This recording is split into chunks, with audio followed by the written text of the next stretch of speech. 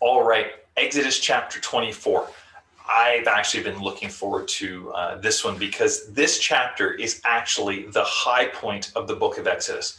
Not the plagues, not the Red Sea rescue, not the Ten Commandments. I mean, usually when Christians think about the book of Exodus, and what's in Exodus, right?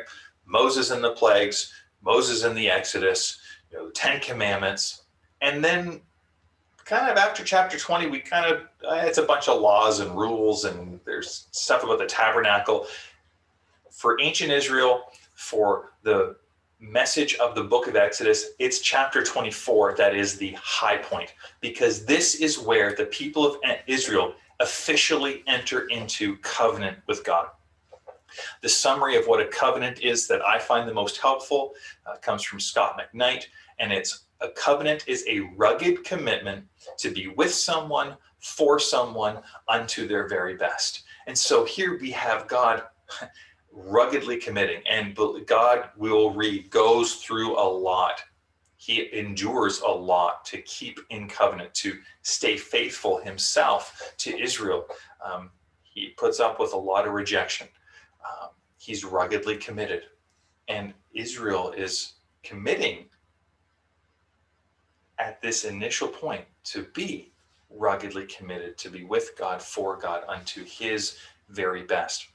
I've said this before in other contexts, but as far as I have read, a god, a deity in the ancient world entering into a covenant with a whole people is unique here in the Old Testament. The idea here is God, the greater party, the superior one in the covenant, is making promises to the people that he's saying, I'm going to be loyal to you. I'm going to bring protection. I'm going to provide for you. I'm going to identify myself with you. You will be my people.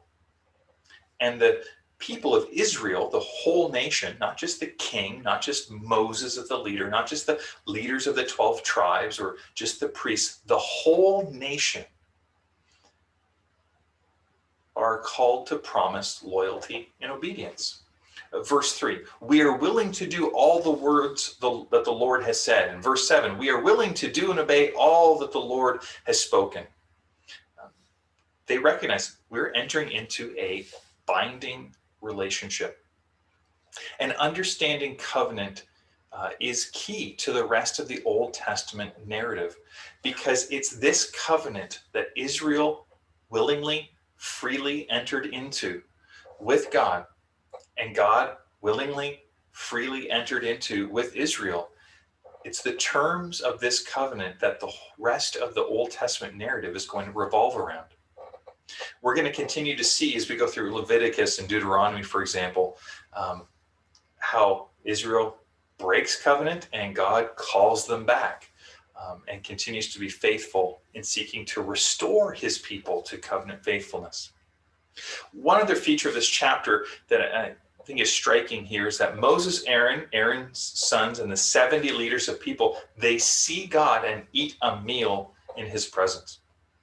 This meal would be the covenant meal, a meal of peace, showing there's good relationship between the two parties of this covenant, God and the nation of Israel, represented by their leaders. There is complete peace between these covenant partners. And this is emphasized by verse 11.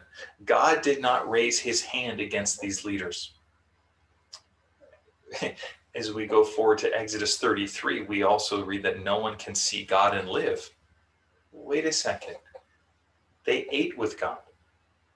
See, in this moment, at that meal of peace, there was no covenant breach or failure. It was a picture for Israel. For if Israel remained faithful, which we'll see didn't last long, they would be in community and communion with God. And it's this picture that the prophets will come back to. And Revelation brings that one day God will be completely with his people and there will be peace together. Why does this matter for us? I want to remind you this morning, God is continually inviting you and God is continually inviting all people to closer fellowship, relationship, allegiance, loyalty, love with him. He is ruggedly committed to be with you, for you, unto your very best, and is inviting you to willingly, freely commit to do the same, trusting and learning from him in how to do that.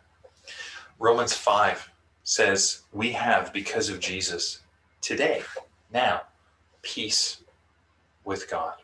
So I want to encourage you just to spend time today worshiping God, thanking him for what he has done, and rest in the knowledge that because of Jesus, you not only have peace with God, but you are in the presence of God because the Holy Spirit dwells within you, dwells within us as the church of Christ. May that thought bless you. May God keep you. May God make his face to shine upon you where you feel his presence. May the Lord just make his face to shine upon you, that you feel his peace today. God bless.